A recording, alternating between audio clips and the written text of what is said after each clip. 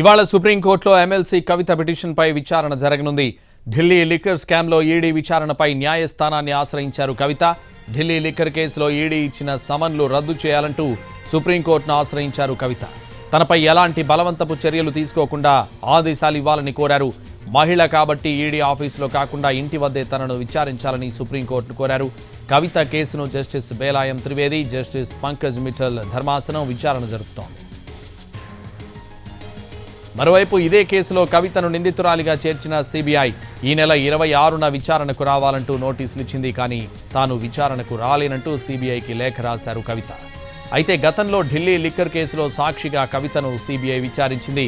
ఈసారి మాత్రం లిక్కర్ కేసులో కవితను నిందితురాలిగా చేరుస్తూ 41A కింద నోటీసులు జారీ చేసింది.